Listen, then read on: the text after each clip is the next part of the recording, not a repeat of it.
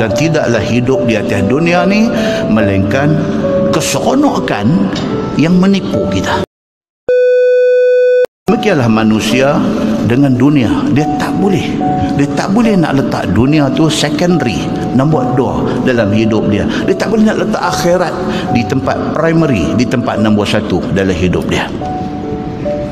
Sedangkan dalam Quran, dalam surah Al-Hadid ayat 20, Allah berfirman, Tuhan kata apa dalam ayat ni?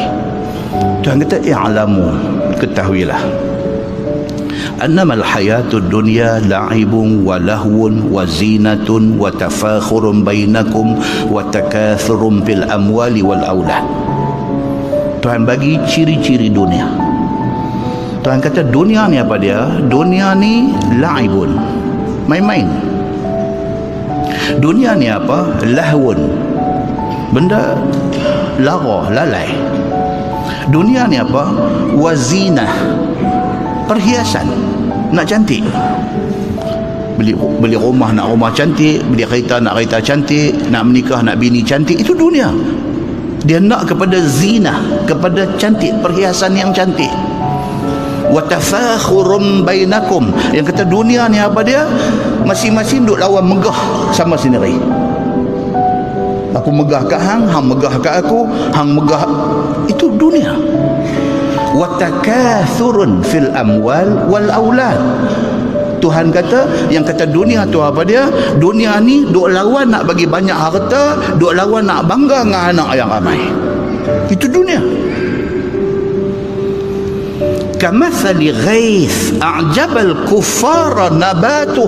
Tuhan kata semua ni sama macam mana hujan bila turun pokok tumbuh. Bila pokok tumbuh, petani dan peladang seronok tengok hasil tanam-tanaman dia. Kerana Allah bagi hujan, pokok tumbuh. Bila pokok tumbuh subur, petani dan peladang yang tanam pokok ni, dia seronok tengok tanam-tanaman dia subur. Seronok. Summa yahij. Tuhan kata tak lama tumbuh-tumbuhan tu akan sampai masa dia akan kering. Fatarahu musfarra. Tak lama tumbuh-tumbuhan tu akan menguning, akan jadi kuning, akan layu.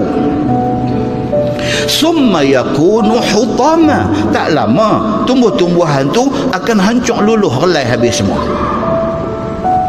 Wa fil akhirati azabun syadid. Tapi ingat, Tuhan kata benda tak habis di situ.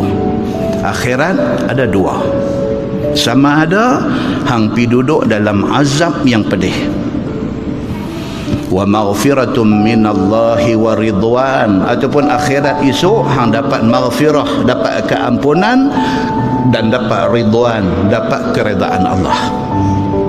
Macam itulah hidup. Kita duduk atas dunia ni nak buat apa buat. Dalam hadis dia kata apa? If'al ma syi'ta. Hang buat apa yang hang rasa nak buat. Tak apa buat. Malaikat tulis. Akhirat esok dia buka balik semua benda ni, daripada akil baligh sampai hari kita mati. Dia buka balik, dia audit balik satu-satu. Selepas selesai kerja audit ni, 2 ni aja hang nabi. Sama ada hang kena masuk neraka ataupun hang dapat syurga, dapat keampunan Allah, dapat keredaan Allah.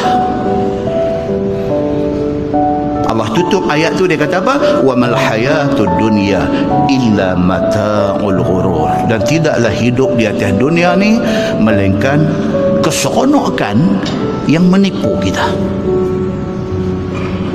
Muslimin dan muslimat ini rahmati Allah sekalian. Kita nak apa tuan-tuan atas dunia ni? Kita nak apa?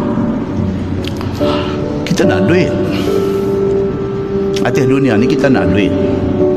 Kita kerja tunggin terbalik sampai tengah malam. Kita tak ada masa nak main, nak dengar Quran, nak dengar hadis Nabi. Tak ada. Pasal apa? Pasal kita kerja, pasal kita nak duit. Kita nak apa atas dunia ni? Kita nak nama baik. Kita nak apa atas dunia ni? Kita nak puji-pujian. Kita nak orang puji kita. Kita tak suka orang keji kita. Kita nak apa dalam dunia ni? Kita nak pangkat. Kita nak apa? Kita nak keseronokan.